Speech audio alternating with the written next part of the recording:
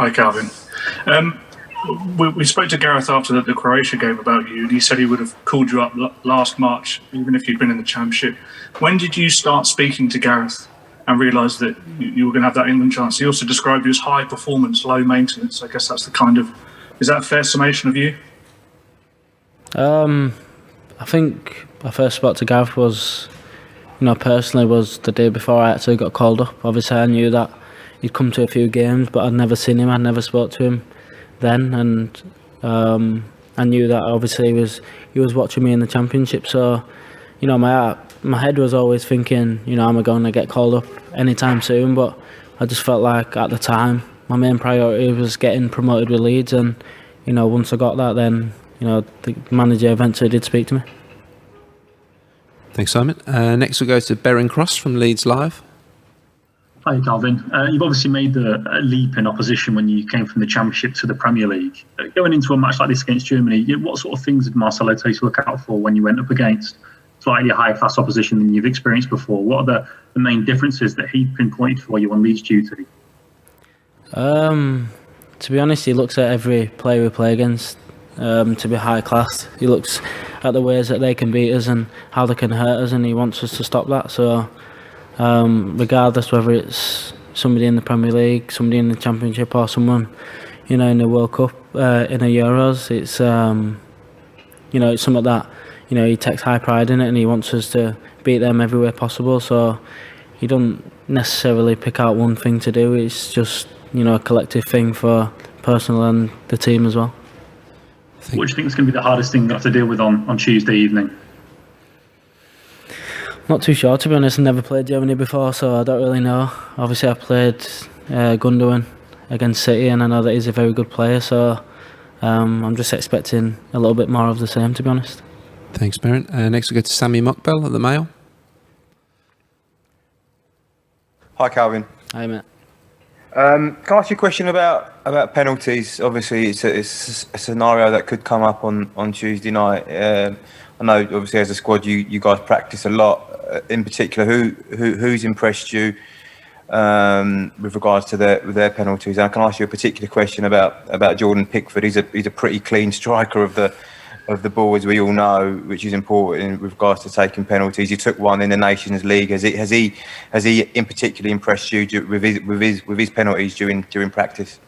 Yeah, I feel like everyone. There's nobody that's bad at penalties in the squad. There's nobody that's worse than anybody. I feel like obviously the people that have had more occasions where they've been taking penalties. For instance, Harry Kane's been taking penalties for years, and the difference between me is just the fact that he's got various different places he can go. So, and for Pickers as well, he's a very clean striker of the ball. So, he makes it a lot easier when you have a goalkeeper that could probably score a free kick as well as a penalty. Thanks, Sammy. Next, Dave Kidd, The Sun. Hi, Kalvin. I wondered if you could talk us a little bit through the Croatia performance, because it was your first ever game at a major tournament. You're up against a Ballon d'Or winner. You quite rightly win man of the match. There just seemed like, for your game specifically in that one, that there was more attacking intent and what you were talking about, risk taking, than I've seen you in an England shirt maybe before, or even a couple of games since. Was there specific instructions that day? You just seemed to really tackle it really aggressively and positively. I just feel like on the day, I couldn't have been placed anywhere else. I feel like, wherever I was placed, wherever I was stood, I was in a position to either win the ball back or make a decent pass. So I just feel like it was the way the game went. I came off the pitch thinking that I didn't do anything different to what I normally do. Obviously, I had a few shots at goal and got an assist, but I was thinking after the game, like, obviously I know that I played reasonably well, but I didn't do anything different to how I've done in the Premier League over the last year. So, and obviously the tactics that we had from a coaching perspective, obviously they must have got it nailed on, and that's why it made us look like we was doing real well. How much confidence does that performance give you going into the Germany game, that Croatia performance in particular? Yeah, it was a while ago, but it's still, it's a game that I'll always remember. It's a game that obviously, everyone started speaking about me after that. So it's one of them games that's always going to be in my head. And I just want to try and replicate that performance against Germany, and hopefully I can do that. Thanks, Dave. We'll go to Jacob Steinberg, The Guardian, next. Hi, Kalvin. When you came into the side last autumn, it was playing in a back three. That's the system that the team were playing at the time. How does your game change in midfield when that's the formation the team are playing? And is it challenging potentially to shift so quickly into that potentially on Tuesday, because that's the system that Germany have been playing so far? Is it a challenge to potentially go into that in a short space of time?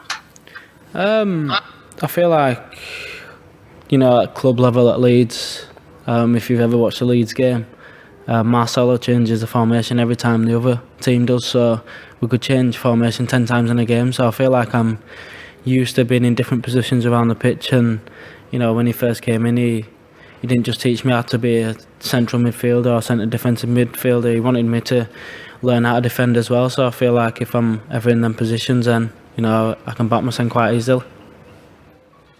Thanks, Jacob. And we'll finish with Jason Burt, The Telegraph. Hi there, Kalvin. How big a challenge is it to be up against Toni Kroos, and how much will you take confidence from how well you played against Luka Modric, obviously a similar player in terms of stature? Obviously, Toni Kroos is a world-class player. He's been at a top level, like I said, for so many years. But I don't just think the game's going to revolve around him. I feel like there's going to be other people that, he's got other people in his team that can do different things. So obviously he's a major factor of, how the team play and how Germany progress. But it's more about England and how we can play against them and how we can attack as well. So, obviously I'm concentrating on trying to defend against the whole Germany team, but I'm going to try and do my job by, neutralising as many people as possible. Okay, everybody, we'll conclude it there. Thanks for joining us this afternoon.